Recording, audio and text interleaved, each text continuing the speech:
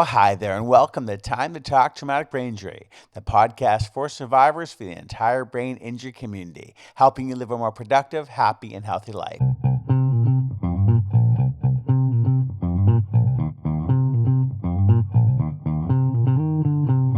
Well, good morrow to you, kind sirs and madams. Yes, today on Time to Talk Traumatic Brain Injury, it's Shakespearean Language Challenge. The brain is a mysterious canvas of actualized and unrealized possibilities. As Diane Ackerman notes, each person carries around atop the body a complete universe in which trillions of sensations, thoughts, and desires stream. Today, they stream down the language stream. Today, we challenge the brain injury survivor to translate Shakespeare into plain English. Oh my, this should be fun and difficult. Shakespeare and the Elizabethans loved to use language in new ways. Shakespeare's literary career, which spanned a quarter century, roughly between the years of 1587 and 1612, came at a time when the English language was at an extraordinary stage of development. The great flexibility and fluidity of Elizabethan and Jacobean English gave the playwright an enormous amount of room to innovate. Linguistically, the world was his oyster. Well, survivors, I hope you like seafood because today you are going to have to shuck some oysters. Yes, today we are going to have you translate Shakespearean language into modern day English to the best of your ability. You are going to get phrases from Shakespeare's popular A Midsummer Night's Dream, and you will have 20 seconds to translate it into plain English. The closest to the actual English translation will be the winner of the round. There are 3 rounds in the podcast: to translate or not to translate. Good luck, guys.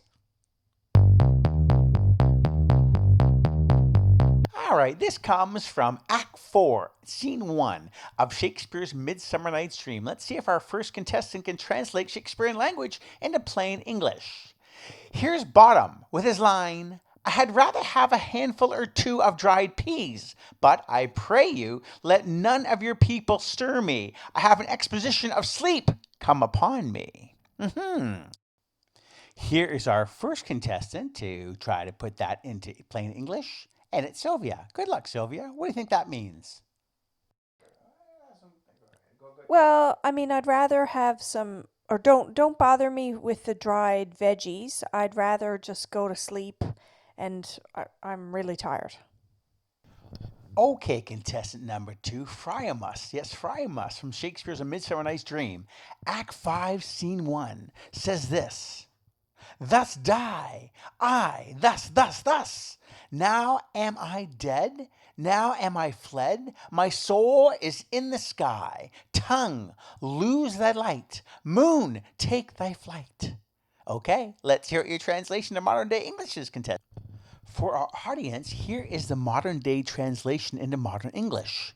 And so I am dying. Here I go, here I go. Okay, now I'm dead. My soul has fled to the sky. My tongue shall see no more. It's time for the moon to go away. I think it was like the transition into the afterlife. Ooh, tell me more. Like it's the roadway, like the stairway to heaven, so to speak. Oh. Do you want to hear it once more? Yeah, one more time. Okay, Eddie.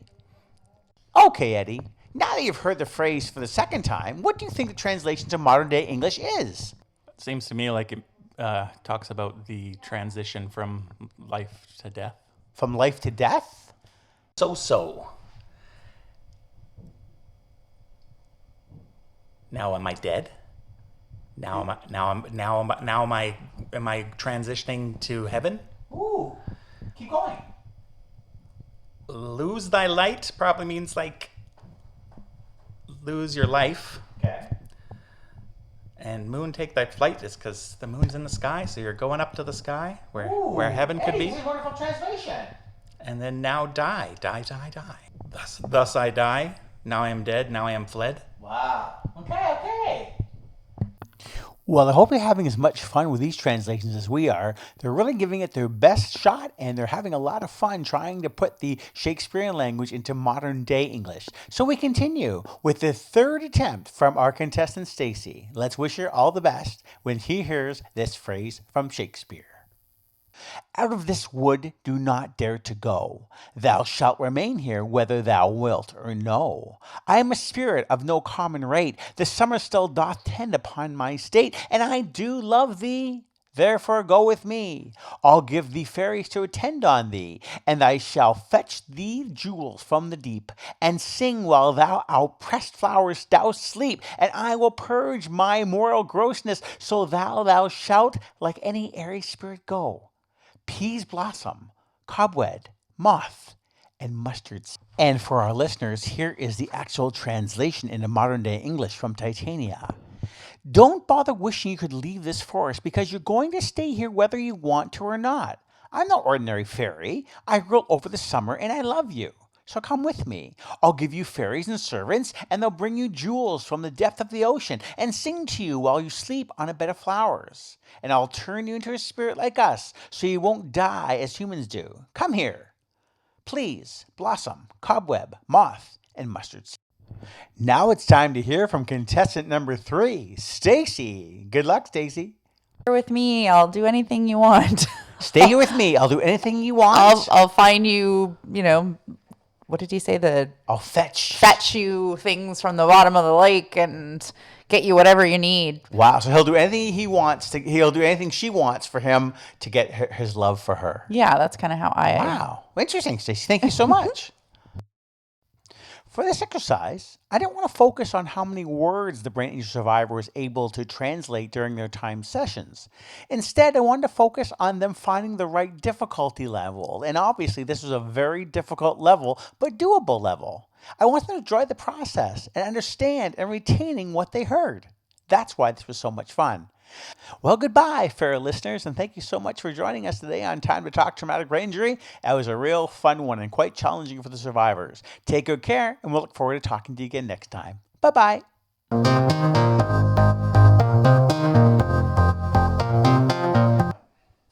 The views and opinions expressed on this podcast are solely those of the Time to Talk TBI panel and other contributors. These views and opinions do not necessarily represent those of the Cridge Center for the Family Brain Injury Services staff. We value your feedback and comments. Please send us an email, or if you have any questions about brain injury, email us at tbipodcasts@cridge.org.